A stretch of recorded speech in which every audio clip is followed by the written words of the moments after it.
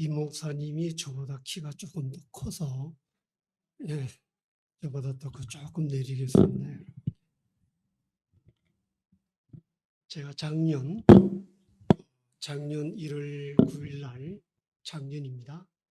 제가 이제 예수님의 제자들이란 이런 제목으로 설교를 이제 이청에서 했습니다.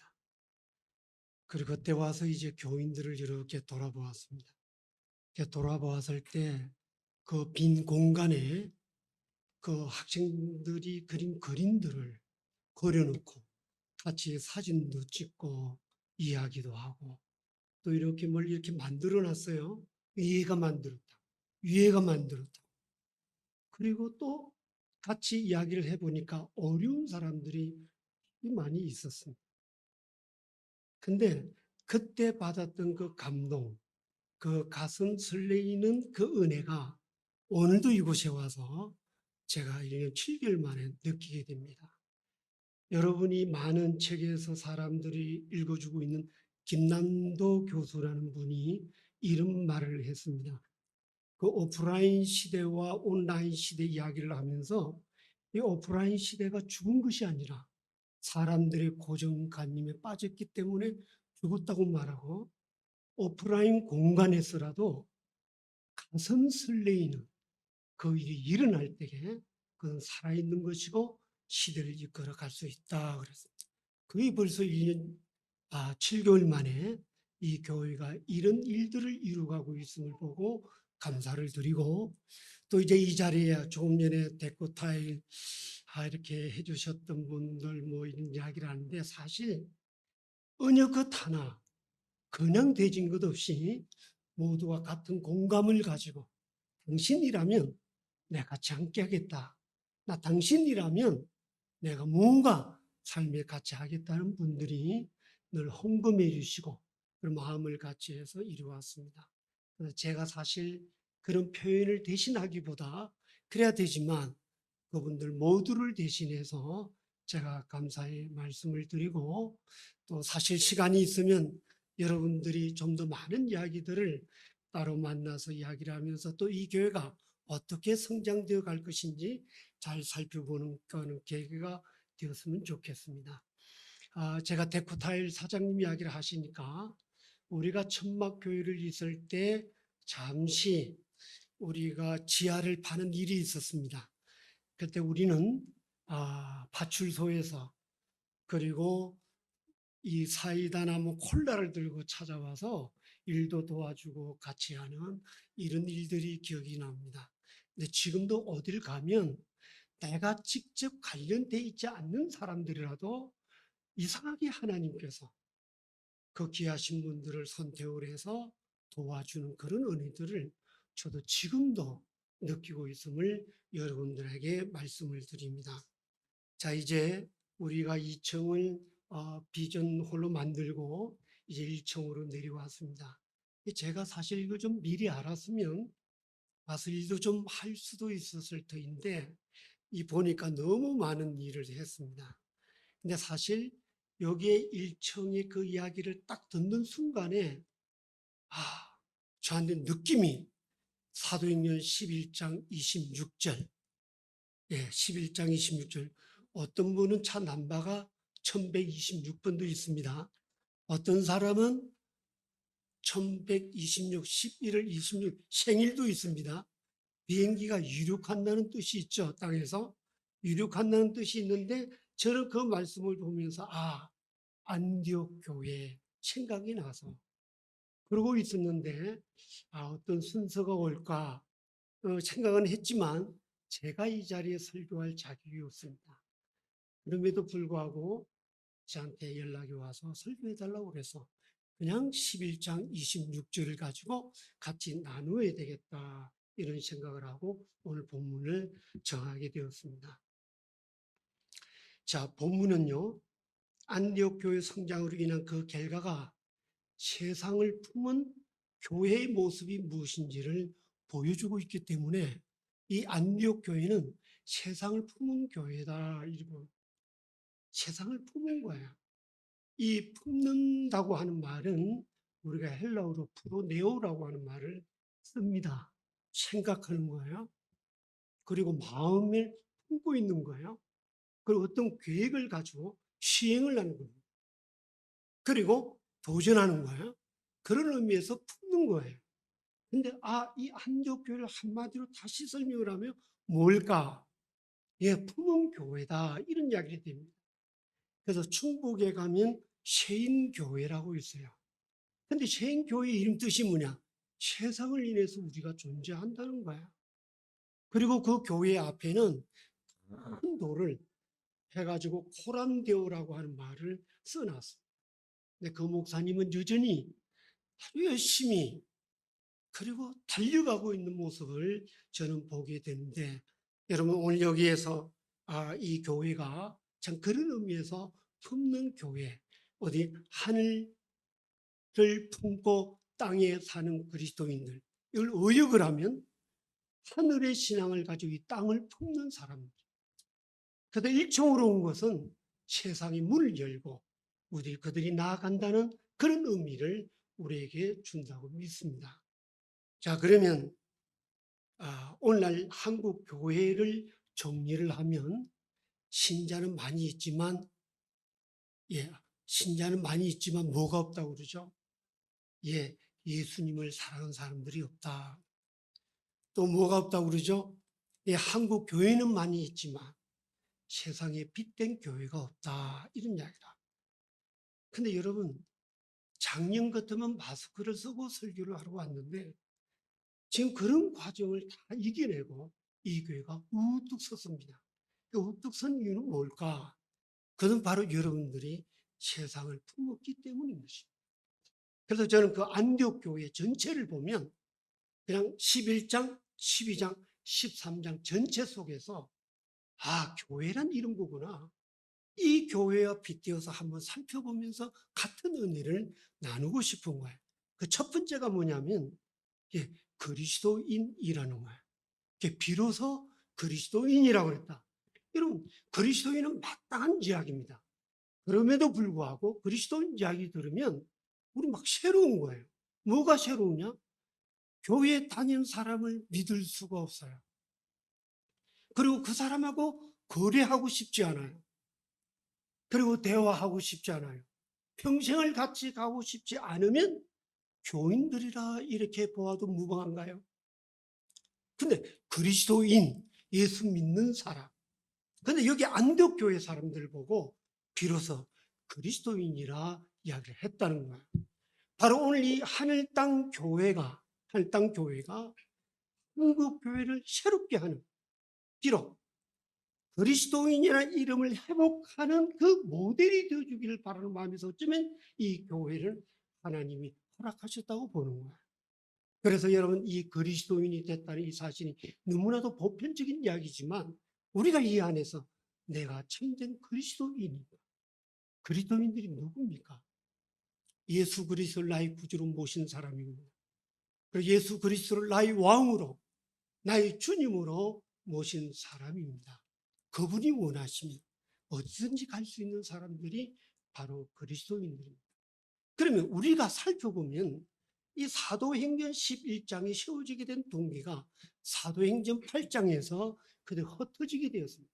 근데 흩어진 사람들이 헬라인 이방인들에게 복음을 전해서 그 사람들이 모여가지고 세운 교회가 안디옥 교회고, 그리고 그 가운데 있던 중요한 사람 한 사람 바울이 이방인을 위한 사도로 하나님이 미리 준비를 시켜주셨지만 이미 여기 헬라인들이 예수님을 믿고 교회를 세우게 된 것이 바로 안디옥 교회고, 이것이 이방인 교회입니다. 그럼 여러분, 이방인 교회라 이러면 우리가 아닌 다른 사람입니다. 왜 이방인입니까? 나는 하나님 없이는 살아갈 수 없는 사람들입니다. 세상의 배경이라든지 환경이라든지 집안적으로 모든 것, 나는 오직 주님만이 나의 전부라고 이야기할 수 있는 사람들, 이방인들입니다. 대체적으로 교회 안에서 성실하게 목회하시는 분들이나 신앙생활을 하시는 분들 중에 많은 사람들의 공통점은 이방인들이 많이 있습니다. 이방인들 왜 이방인이냐? 자기 혼자 주님 안에서 옳은 길을 향해서 걸어가기 때문에 이방인처럼 살아가는 사람이 많습니다. 목회를 하면서도 내가 시작을 하고 나서 다른 친구를 사귈 시간이 없습니다. 한 번 시작한 주님의 부르심을 받은 뒤로부터는 고든 길로 가기 때문에 세상과 관여하기가 그럴 시간이 없는 거예요. 그렇기 때문에 그리스도인들은 이방인으로서의 그런 삶을 살아갑니다. 이 이방인을 위해서 살아가는 내가 아닌 타인, 그 사람들은 대부분이 약한 사람들이고 연약한 사람들. 그리고 그들에게 소망을 주고 용기를 주는 사람들이 바로 오늘 이 헬라인들이 모여서 교회를 세운 안디옥 교회라는 사실들을 우리가 보게 됩니다. 그럼 우리가 조금 더 성경에서 내용을 살펴봅니다. 이름을 얻기 전에 20절에 보면 그 중에 구브로와 구레네 몇 사람이 안디옥에 이르러 헬라인에게도 말하여 주 예수를 전파하니, 요 구브로와 구레네도 역시 이방 사람들입니다.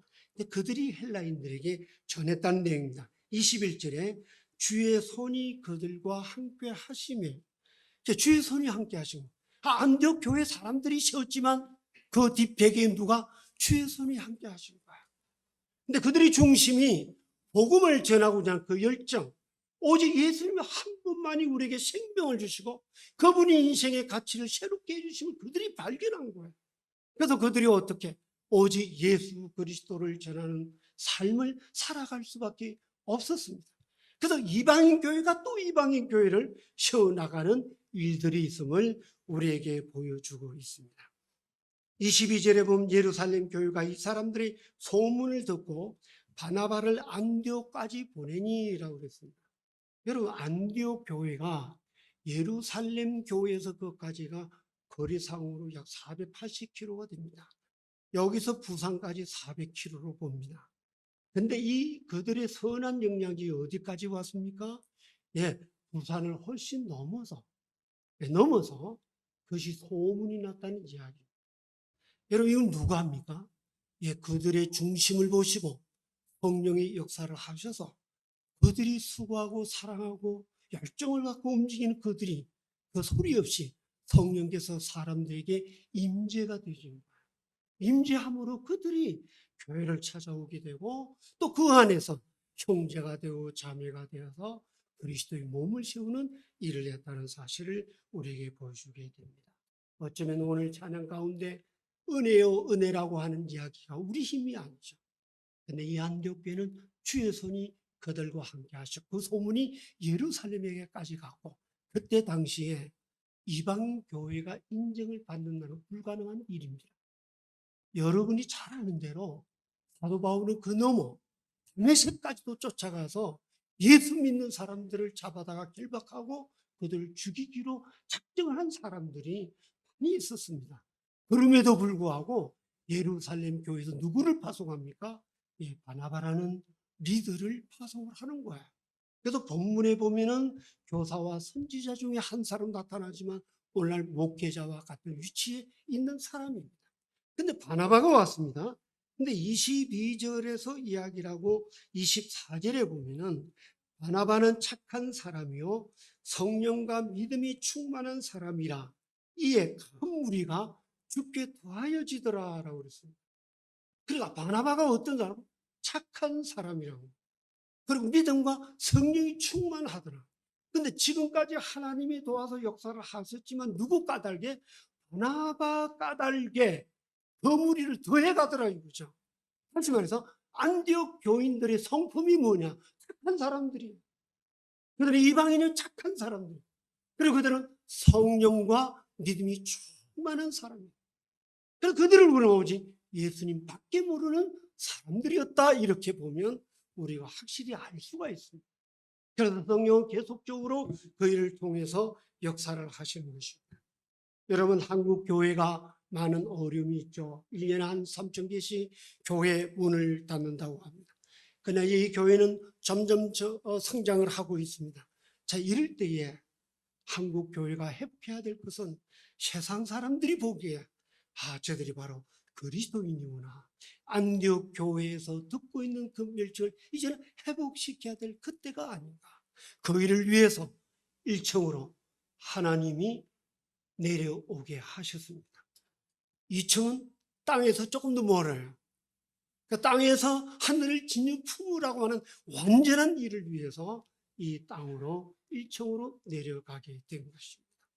그래서 아마 제가 나올 때 여러분 목사님이 박수하라고 그러니까 박수하셨지만 사실 제가 들을 박수가 아닙니다. 세상 사람들이 이 교회를 보고 박수를 쳐주는 거예요. 그분들 생각에 이야, 교회다운 교회를 봤어. 난 그 교회가 좀 복을 많이 받았으면 좋겠어. 아니, 나 교회는 안 나가지만 나간다면 난 그 교회를 갈 거야. 이런 이야기가 나왔을 때 한국 교회가 살아날 수 있다고 저는 믿는 거야. 그러나 여러분이 알고 있는 우리는 차 잘못하면 세상이 우리를 볼 때 이기적이고 우리밖에 모르는 사람으로 부르기가 쉽습니다. 그러나 안디옥 사람들은 이방인들을 향해서 나갔고 모르는 불신자들을 향해서 나갔기 때문에 그것도 흩어지면서 그런 역할을 했다는 거죠. 흩어진 사람들은 고향도 없고 아무것도 없이 오직 주님 한 분만이 자기의 가치관이기 때문에 그들은 그런 삶을 살았습니다. 어려운 사람을 만나면 동질감을 느꼈습니다. 말씀을 전하고 그들을 주님 앞으로 인도했다는 것입니다. 두 번째로 우리에게 가르쳐 주는 것은 성결입니다. 그리스도인들을 다른 말로 성결한 사람이라고 합니다. 이 교회에 영원한 성경 구호가 있는데요. 베드로전서 3장 15절에 거룩한 사람들입니다. 거룩한 성결한 사람. 성결한 사람들은 로마서 1장 4절에서 성결의 영, 바로 하나님의 그 영이 바로 예수 그리스도라고 말하고 있습니다. 그래서 그리스도인들은 결국 거룩한 사람. 한국 교회의 문제는 어디 있냐? 거룩하지 않는다는데. 그래서 세상의 모든 시선을 향해서 빛과 소금이 될 교회가 그렇지 못하다는 이야기가 있는 거예요. 그래서 우리는 성결한 사람들, 어떤 사람들이냐? 안디옥 교회 사람들이 거룩한 사람들이었습니다. 그래서 오늘 이 본문에 쭉 내려가면 11장 26절, 27, 28, 29, 30절에 보면 어떤 일이 일어나냐면 거룩한 사람들 눈에 이웃의 어려움을 발견했습니다. 아가보 선지자가 찾아와서 예루살렘에 큰 흉년이 들었다고 이야기를 했습니다. 근데 그들이 사실 얼마 되지 않았지만 교회가 제대로 자리를 잡히지 않았지만 그 소식을 듣고 그들이 부조를 한 거예요. 구제헌금을 한 거예요. 구제헌금을 했어요. 근데 그 구제헌금을 하면서 하나님은 또 계획을 했습니다. 안디옥 교회 때문에 일어났던 수많은 사람들이 주변에서 사람들이 모였는데 거기에서 또 사람을 데려오는 일이 일어납니다. 그 사람이 누구냐면은 우리가 12장 25절에 보면은 구조하는 일을 마치고 마가라고 하는 사람을 데려옵니다. 마가는 후에 선교 여행에 실패한 사람이었습니다만은 마가는 마가복음을 쓴 사람입니다. 숨이 헐떡거리고 그리고 시간이 없어요. 그리고 자기는 길게 말을 할 수가 없었습니다. 그래서 사도행전, 우리가 이 복음서 이야기를 하면 사도행전 외에 예수 그리스도 생애를 마태, 마가, 누가, 요한을 이야기하는데 마태복음은 28장 아닙니까? 누가복음은 24장으로 되어 있지 않습니까? 그러나 마가복음은 16장 짧게 썼어요. 왜? 자기가 어쩌든지 전하기 위해서. 그래서 거기에서 펼쳐지는 단어가 곧, 적시, 일어나, 달려가. 그런 마음으로 평생을 보냈던 이 마가가 데리고 오면서 제자로서의 삶을 살아가는 모습들을 우리가 볼 수 있습니다. 자, 거룩한 사람이 나타나는 것은 이웃을 불쌍히 여기는 마음이 생깁니다. 그러나 여러분, 궁극적인 하나님의 계획은 그 사람을 제자로 삼기로 원한다는 거예요.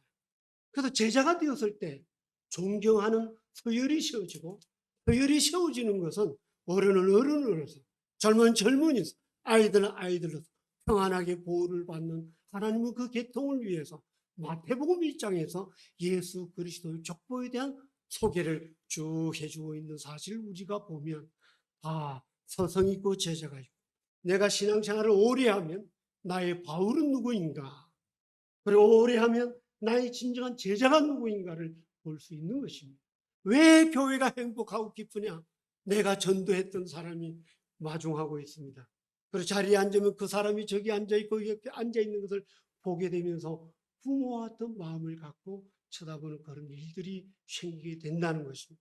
근데 이 교회에 제가 간간히 소식을 들으니, 이 교회는 불신자들이 요구하는 장례라도 그 어떤 일이라도 믿지 않는 자들 모든 일들을 도와주고 있다는 그 이야기를 듣고, 그리고 교회가 처음부터 시작을 할 때 그때마다 집주인이, 그리고 건물 주인이, 그 주변에 있는 사람들이 바로 그들에게 도움을 주었고 협력자가 되어줬고 함께 그러한 사람이 되었고, 오늘은 이 자리에 모여서 같이 예배를 드리는 그런 은혜, 그것이 바로 하나님이 살아 계시기 때문에 그것을 우리에게 줍니다. 여러분, 중국, 그리고 러시아, 그리고 일본, 우리 주변의 모든 강대국들이 자리를 차지하고 있을 때 한국의 운명은 어쩌면 한순간에 사라질지 모르지만 성경에서 말하는 대로 여러분 거룩한 사람들이 되며 이웃을 불쌍히 여겨주고 제자로 삼는다면 우리가 살아가고 있는 이 한국 땅이 얼마나 복된 것이며 얼마나 아름다운 것이며 인생을 노래할 만한 나라로 우리가 만들어 갈 수 있다는 소망을 하나님이 우리에게 주신 것입니다. 그래서 예국가에서도 하나님이 보호하사 오랜 하나님이 예비하신 그런 은혜가 있다고 저는 믿는 것입니다. 세 번째로 보여주는 안디옥 교회는 13장에서 보여주는데요. 선교입니다. 미션입니다. 미션이란 말을 저는 다른 말로 코람데오라고 사용해도 좋습니다. 하나님 앞에 서 있을 때 선교가 시작이 됩니다. 그런데 그 교회를 돕기 위해서 바울을 데리고 와서 1년간 모여서 말씀을 전해서 1년이 지난 다음에, 그리고 좀 더 정확한 기간은 모르지만 지나고 나서 성령께서 그들에게 금식을 시키고 기도하게 했습니다. 근데 그 중에 보면 교사와 선지자들이 한 5명이 나오는데 그 중에 2사람이 전체 목회자와 같은 역할을 통해 이끌어갑니다. 근데 하나님이 그 2사람을 선발을 해서 파송을 시키는 거야. 근데 여러분, 이웃을 돕거나 어떤 일이 생겼을 때, 문제가 있을 때, 도와줘야 될 때 우리들 속에 우리도 어려운데 그럴 수 있죠. 사실 어렵죠. 어려운 중에 교회가 세워집니다. 어려운 중에 예수를 믿게 됐습니다. 어려운 중에 살아가는 법을 알게 됐습니다. 가난할 적에 인생이 뭔가를 배운 거예요. 그런 은혜가 바로 있는 거예요. 그래서 우리가 이런 사실을 봤을 때 이 안디옥 교회가 필요로 하는 부모 같은 분들이지만 그들을 같이 기도하고 파송을 하는 거예요. 그래서 이번에 어떤 세미나에 나온 글을 잠시 읽었습니다.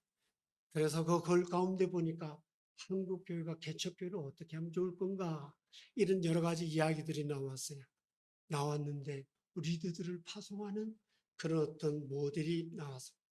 근데 사실 제게도 얼마 전에 기회가 있어서 제가 미국에서 목회할 수 있는 길이 열려지는 것 같아서 은퇴를 했지만 가려고 작정을 했습니다. 근데 제가 가면 얼마나 하겠습니까? 그러나 또다시 이렇게 준비되어 있는 안디옥 교회 교인들의 그 중심된 열정을 갖고 있는 목회자들이 있다면 내가 자리를 마련하고 또 다음 세대가 할 수 있도록 길을 열어주면 좋겠다.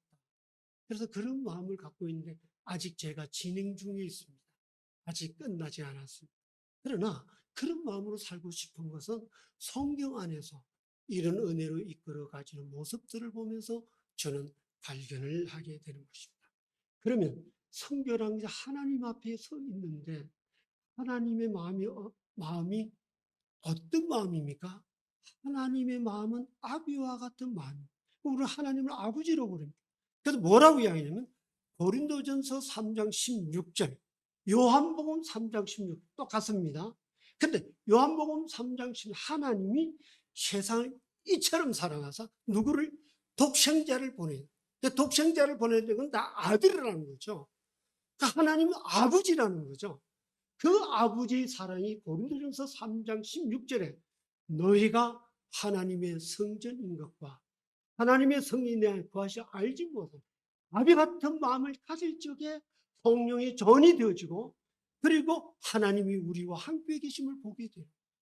그래서 고린도전서 4장 15절에 보면 일만 스승은 많은데 아비는 없다고 이야기를 하는 거예요. 그래서 일만 선생들이 얼마나 많이 지금 학원에 아이들 한 군데 보내는 게 아닙니다. 여러분들도 마음만 먹으면 배울 것이 너무 많지 않습니까? 그러나 아비가 없다는 거예요. 그 아비는 자기 아들 예수를 십자가에 내놓았습니다. 그런 아비 같은 사람들이 바로 이 교회 안에 있을 때 선교가 이루어지는 거예요. 그러니까 선교는 미셔돼요. 하나님이 임재하는 모든 곳은 선교지고 모든 사람은 선교지입니다. 그래서 구약에서는 우리가 제사장을 별도로 뽑았지만 지금은 우리는 베드로전서 2장 9절에서 우리는 다 왕같은 제사장들이요 거룩한 백성들이고 하나님의 소유된 백성으로 여러분의 모든 것들을 예수 그리스도를 전파하기 위해서 우리를 불러주셨다는 사실, 그게 선교입니다. 그래서 안디옥 교회가 선교를 시작했는데 선교 1차, 2차, 3차 전부 마치자 말자 안디옥 교회로서 보고를 하는 거예요. 근데 그 교회가 떠날 때 보고할 수 있는 여건이 되는 것은 교회는 끊임없이 자라갔다는 겁니다. 여러분, 교회는 생명입니다. 생명은 자라가고 번식하는 것입니다. 계속 자라가는 거예요. 제가 어제 우리 집 뒤에 잔디를 깎았습니다. 근데 우리 옆집에 있는 집사님이 인사를 하면서 같이 이야기 나누었습니다. 목사님, 그 뒤에 있는 풀이 뭔 줄 아세요? 그래. 내가 잘 모르겠는데요. 저는 아직도 잘 구분을 못합니다. 그랬더니 그게 곤드레라는 곤드레. 아, 그래. 우리 집에 곤드레니까 잘 키워달래요. 그거 먹으면 좋다는 거야. 근데 그 담이 딱 돼 있거든요. 넘어갔다. 이 식물들이 자라나면서 그래서 번져가는 거야. 그 없애도 번져갈 거림없이. 여러분, 풀도 저보고 하는 목사님들 하는 이야기가 당신이 농촌에 살면 그럴 때면 빨리 불려서 그 잡초가 자라지 않도록 뭐 그렇게 하라고 그래요. 근데 어제 또 하나 배웠습니다. 저는 열심히 풀을 깎거든요. 근데 깎는데 목사님 그 풀을 그냥 주지 말래. 그 풀들이 그 옆에 사과나무 밑에 대추나무 밑에 그리고 석류나무 밑에 지금 우리 집 뒤뜰에 있는 이야기입니다. 제가 그냥 식물 이야기하는 거 우리 집 뒤에 가면 있어요. 근데 거기다가 그 풀을 다 덮어주라는 거예요. 그게 거름이 됐나. 나는 아주 귀찮게 거기서 태어난가 그랬더니 이웃에 도움이 되기 위해 다른 나무들에게 도움이 되고 자기가 먹이가 되기 위해서. 그래서 하나님의 아비로 부르는 이유는 뭐냐? 예수 그리스도가 이 땅에 오셔서 모든 것을 하나님이신 그분이 요한복음 1장 14절에 말씀이 육신이 되어 우리 가운데 구하신 거예요. 우리 가운데 구하신 그분이 하늘을 품고 이제는 땅에서 하늘을 품고 하늘에서 이 땅을 품고 세상으로 나아가는 그런 교회가 되기 위해서 우리 그런 은혜를 주셔요. 그래서 아비가 되라는 이야기. 여러분, 아비는 자식이 집안의 재산 절반을 가져가도 나가서 다 탕진을 해도 잔치를 하고 돌아온 것만으로 기쁜 거예요. 근데 한국 교회는 선이 딱 적어 있습니다. 개척교회 하면 500m 이상으로 해라, 뭐 해라, 선을 딱딱 긋습니다. 여러분, 저라도 내가 원하는 교회를 가지 누가 오라고 해서 갑니까? 그렇지 않아요. 1층, 2층, 3층, 4층 교회에서 상관없어요. 다 자기 생긴 대로 노는 것처럼 사람은 자기 모습대로 3층에 가도 사실 상관이 없습니다. 근데 교회는 유대인들이 가지고 있는 율법처럼 내규화를 시켜서 목회자는 이래 되고 교회는 이래 되고 이런 규율을 계속 만들어 갑니다. 그러나 아비와 같은 마음. 그래서 교회 분위기는 가정 같은 모델을 만들어야 됩니다. 여러분, 조직은 그래서 학급으로 운영이 됩니다. 그러나 가정은 생명체, 유기체로 되죠. 소그룹의 모임을 통해서 그 일을 합니다. 그래서 목사님이 작은 교회 연구소, 작은 모임, 작은 것은 아름답지 않아요? 그 이유가 왜 아름답죠? 생명이 있기 때문에. 죽은 것은 떠들지도 않고, 죽은 것은 말이 없는 것입니다. 살아있는 교회, 그 일을 가능한 것입니다. 저는 오늘 이 교회가 이 세 가지를 꼭 기억을 하나. 우리는 그리스도인인가? 우리는 그리스도인인가? 여러분, 이 수고를 보니까 이 교회가 그런 그리스도의 삶을 살아왔습니다. 여러분들은 거룩한 사람들이 거룩하기 때문에 내 옆에 형제, 내 자매들이 너무 소중하고 그래서 한 번의 만남은 영원한 만남이 되는 거예요. 그래서 영원한 만남을 위해서 바울은 이렇게 말했습니다. 디모데후서 2장 2절에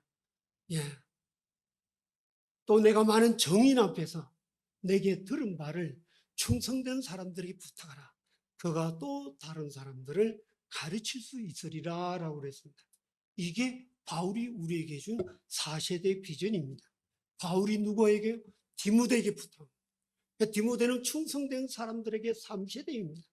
그 충성된 사람 또 다른 사람들을 가르치는 거예요. 그것은 두 가지로 나타납니다. 교회 안에서 4세대 역사가 일어나는 거예요. 그 다음에 또 하나는 여러분의 집안에서 그런 일들이 일어나는 거예요. 그래서 여러분, 우리가 먼저 교회 안에서 보면 오늘 저 뒤에 이쪽에 제가 천막교회 할 때부터 신앙생활을 같이 했던 우리 권사님들 그리고 집사님 같이 이렇게 다 왔습니다. 그리고 장로님도 오셨습니다. 우리가 같이 했던 그 사람들이 세대를 이어서 장로님이 되시고 권사님이 되셔서 모두가 이렇게 장성해서 교회 안에 일어나는 역사를 볼 수 있습니다. 이런 일들이 그냥 일어나지 않습니다. 안디옥 교회가 긍휼히 여길 자를 긍휼히 여기고 불쌍히 여길 자를 불쌍히 여김으로 그들이 제자를 삼는 그 결과에 우리가 이렇게 만남의 시간을 갖게 되는 것입니다. 그래서 여러분, 누가 어려운 일이 있으면 그리 내일로 같이 아파주고 같이 우러진 그런 교회가 될 수 있는 것입니다. 그 다음에 가정에서도 그게 가능한가? 가정의 4세대가 가능합니다. 오늘 이 교회 입당 예배를 위해서 미국 뉴저지에서 38시간 비행기를 타고 축하해 주기 위해서 저기 뒤에 나왔습니다. 그 가족들이 있나요? 우리 사이입니다. 우리 사이가 어제 밤에 왔습니다. 그런데 이제 좀 싼 비행기 좀 찾고 빨리 오는 걸 찾다 보니 38시간을 타고 녹초가 된, 그래도 오늘 이곳에 같이 왔습니다. 우리 딸, 우리 손녀들, 저들이 바로 4세대, 3세대, 2세대를 이끌어갈, 그 다음 세대를 이끌어갈 친구입니다. 그래서 여러분이 우리가 설교 시간에 듣기가 어렵지만 로마서 16장은 바울이 로마 교회를 향해서 감사하는 문안 편지가 있습니다. 근데 거기에 보면 내 친척 누구요? 내 친척, 내 집안 사람들이 나옵니다. 바울을 위해서 수많은 사람들이 돕기도 했지만 또 집안에서 집안 사람들이 그를 도와서 세대를 이어가는 볼 수 있죠. 그래서 반드시 두 가지, 교회 안에서 그 일을 위해 교회가 움직여가고 또 가정에서 내 집안에 있는 사람들을 제자로 삼고 지도해주고 함께하는 그런 역할을 통해서 일어납니다. 이제 결론을 내리겠습니다.